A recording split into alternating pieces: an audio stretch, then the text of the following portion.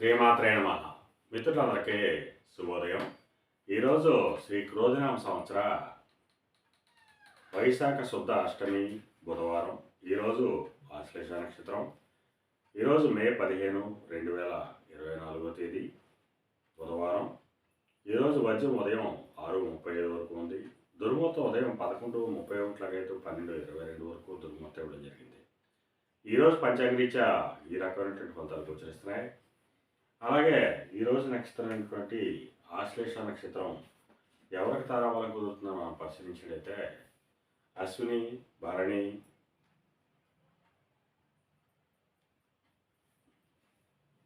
రోహిణి, ఆరుద్ర, పుష్యమి, మక, పుబ్బ, హస్త, స్వాతి, అనురాధ, మూల, పూర్వాషాఢ, శ్రవణం, శతతార, ఉత్తరాభాద్ర. ఈ నక్షత్రంలో జన్మించినటువంటి మన మిత్రులందరికీ కూడా ఈరోజు నక్షత్రం ఆశ్లేష అనుకూలంగా ఉంటుంది. అందువలన ఇప్పుడు చెప్పుకున్నటువంటి నక్షత్ర జాతకులందరికీ ఈరోజు శుభకరంగా ఉండే అవకాశం ఉంది. అలాగే ఈరోజు అష్టమి బుధవారం. అందువలన ఈరోజు ఆ కాలభైరవుని ఆరాధించినట్టయితే శత్రుజయం కలుగుతుందని, కోర్టు వ్యవహారాల్లో విజయం సాధిస్తారని, మనకి ఎప్పటి నుంచో బాధించేటువంటి శత్రువులను కూడా జయించేటువంటి శక్తి ఆ కాలభైరవుడు ఇస్తాడని చెప్పి మనకు శాస్త్రాల ద్వారా తెలియజేయడం జరుగుతుంది. అలాగే ఈరోజు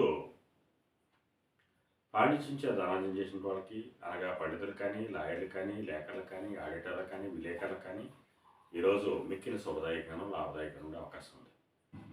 అలాగే కళారంగంలో ఉన్న వాళ్ళకి కానీ, కళాత్మకమైనటువంటి వస్తువులు క్రయ విక్రయాలు చేసిన వాళ్ళకి కానీ, సుగంధ పరిమళ ద్రవ్యాలు క్రయ విక్రయాలు చేసిన వాళ్ళకి కానీ, సౌందర్య సాధన క్రయ విక్రయాలు చేసిన వాళ్ళకి కానీ ఈరోజు మిక్కిన శుభదాయకంగా లాభదాయకంగా ఉండే అవకాశం ఉంది.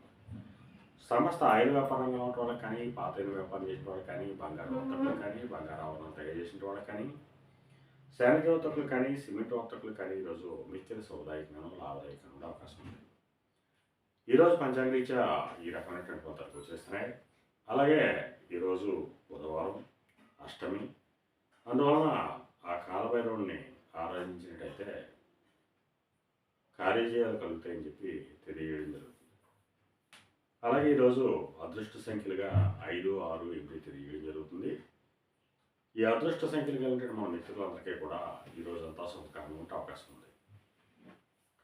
అలాగే ఈరోజు లేత ఆకుపచ్చ వస్త్రాలు కానీ, లేదా లేత నీలిరంగు వస్త్రాలు కానీ, లేదా దాడు వస్త్రాలు కానీ ధరించినట్టయితే సర్వసంభాలు కలుగుతాయని చెప్పి శాస్త్రీత్యా తెలియజేయడం జరుగుతుంది. అలాగే మరో రేపు శుభోదయం కార్యక్రమంలో బాగా కలుసుకుందాం. అంతవరకు మన మిత్రులందరికీ మరొకసారి శుభోదయం. ఇట్లో మీ పెద్దబాబు సిద్ధాంతి గొల్లలమ్మ.